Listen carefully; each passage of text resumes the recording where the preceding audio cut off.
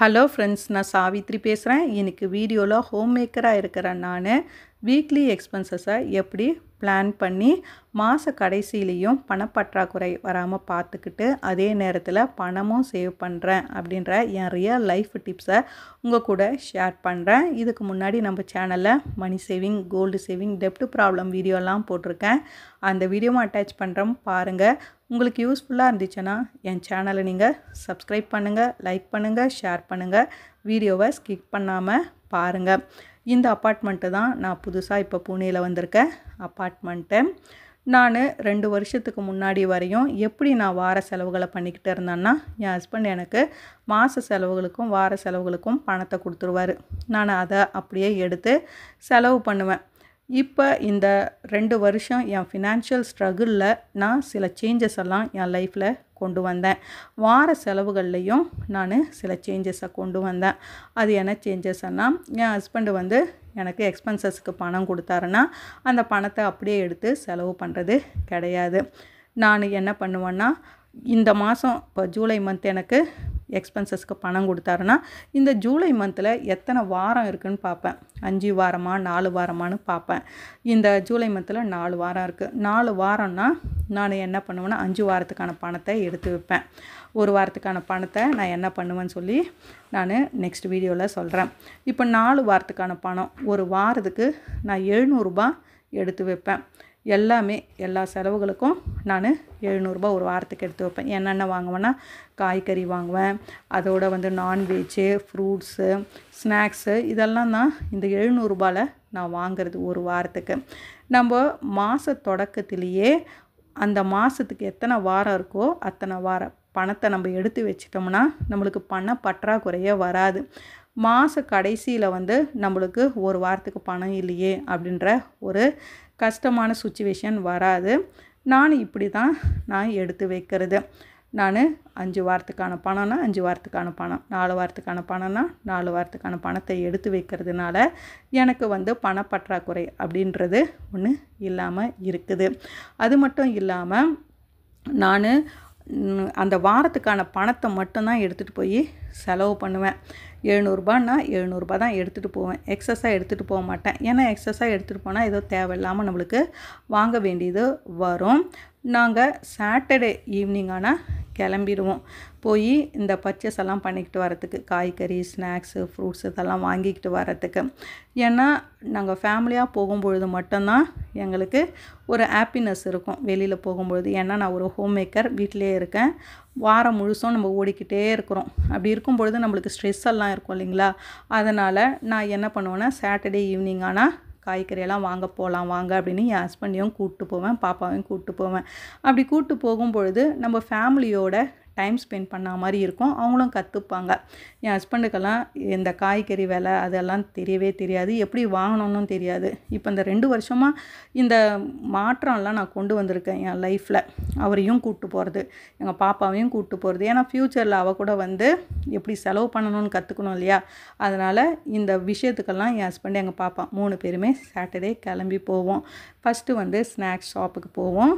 இந்த வாரம் பக்கத்துலேயே ஒரு பெரிய ஷாப் ஓப்பன் பண்ணியிருந்தாங்க. சரி, இங்கே போய் பார்க்கலாமே அப்படின்னு சொல்லிட்டு போனோம். ஸ்நாக்ஸுக்கு நான் எவ்வளோ ஸ்பெண்ட் பண்ணுவேன்னா 100 ரூபாய் தான் ஸ்பெண்ட் பண்ணுவேன். ஏன்னா அதிகமாக ஸ்நாக்ஸும் சாப்பிடக்கூடாது, ஆயில் ஐட்டம்லாம் அப்படின்னு சொல்லிட்டு நான் 100 ரூபாய் எடுத்துகிட்டு போனேன்.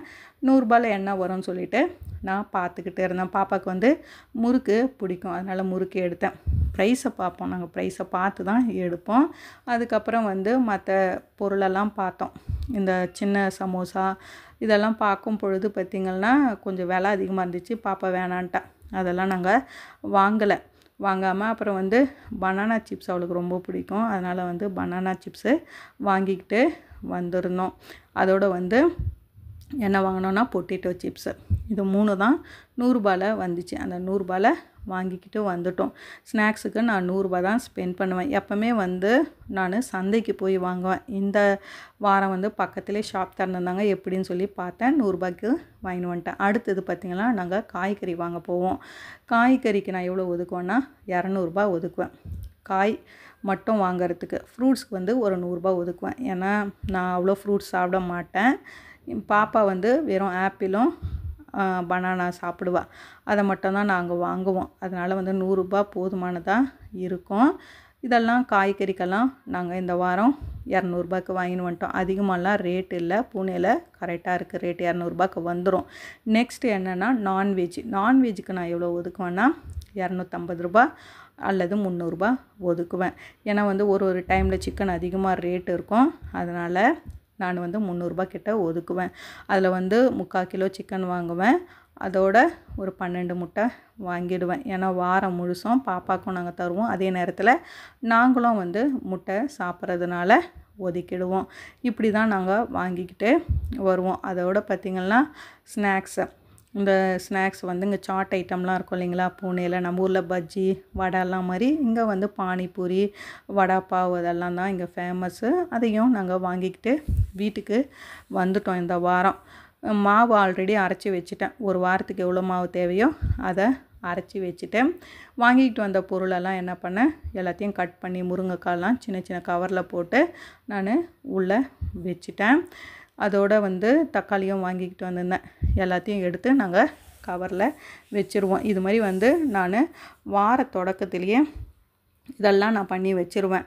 இதெல்லாம் நம்ம வந்து முன்னாடி பண்ணாமல் போகிறதுனால தான் ஆஃபீஸ்லேருந்து வரும்பொழுது இதை வாங்கிக்கிட்டு வாங்க அதை வாங்கிக்கிட்டு வாங்கன்னு சொல்லிட்டு ஹஸ்பண்ட்கிட்ட சொல்ல வேண்டியதாக ஆகிடுது. நான் வந்து எப்போவுமே என் ஹஸ்பண்ட்கிட்ட இந்த காய் வாங்கினாங்க, இவ்வளோ 1/2 கிலோ வாங்கினாங்க, 1 கிலோ வாங்கினாங்கலாம் சொல்லவே மாட்டேன். ஏன்னா நான் வார தொடக்கத்திலேயே நான் இதெல்லாம் ப்ரிப்ரேஷன் பண்ணி வச்சிடுறதுனால அவருக்கு வந்து எந்த ஸ்ட்ரெஸ்ஸும் இல்லாமல் பார்த்துப்பேன். நானே வந்து வார தொடக்கத்திலே வாங்கி வச்சிடுறதுனால ஸ்நாக்ஸ் எல்லாம் பார்த்திங்கன்னா எடுத்து கரெக்டாக நான் கவரில் போட்டு வச்சுருவேன். எத்தனை ஸ்நாக்ஸ் வாங்கிட்டு வந்தோமோ அத்தனை எடுத்து நான் வச்சுருவேன். இதுதான் வந்து இந்த வாரம் முழுசும் போகும் அப்படின்ற மாதிரி நான் எடுத்து வச்சுருவேன். இந்த முறுக்கெல்லாம் பார்த்திங்கன்னா நம்ம ஊர் முறுக்கு மாதிரி டேஸ்ட் இருக்காது. ஏன்னா இங்கே வந்து கடல மாவில் செய்வாங்க, அரிசி மாவில் செய்ய மாட்டாங்க. அதனால் கொஞ்சம் டிஃப்ரெண்ட்டாக இருக்கும். ஆனாலும் பாப்பாவுக்கு முறுக்கு பிடிக்குமேன்னு சொல்லிட்டு தான் வாங்கின்னு வர்றது.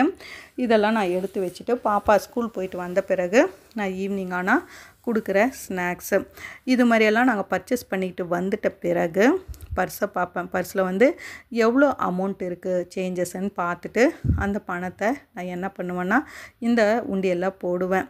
போன வருஷமும் நான் வந்து உண்டியலில் எவ்வளோ சேவ் பண்ணேன் வார செலவுகளில் இருந்துன்னு வீடியோ போட்டிருக்கேன். உங்களுக்கு ஃப்ரீ டைம் இருந்தால் செக் பண்ணி பாருங்கள்.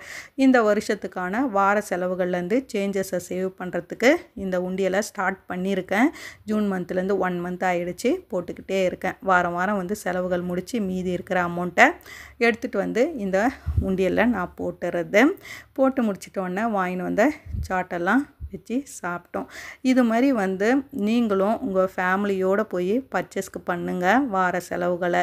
அப்படி பண்ணும் பொழுது பார்த்திங்கன்னா நம்ம ஃபேமிலியோட டைம் ஸ்பெண்ட் பண்ண மாதிரியும் இருக்கும். அதே நேரத்தில் வந்து நம்மளுக்கு வந்து கொஞ்சம் ஸ்ட்ரெஸ் ஃப்ரீயாகவும் இருக்கும். எல்லாத்தையும் வாங்கிக்கிட்டு வந்து வீட்டில் வச்சு நம்ம சாப்பிடும் பொழுது பார்த்திங்கன்னா அது வந்து இந்த உலகத்திலேயே இல்லாத சந்தோஷமாக இருக்கும்.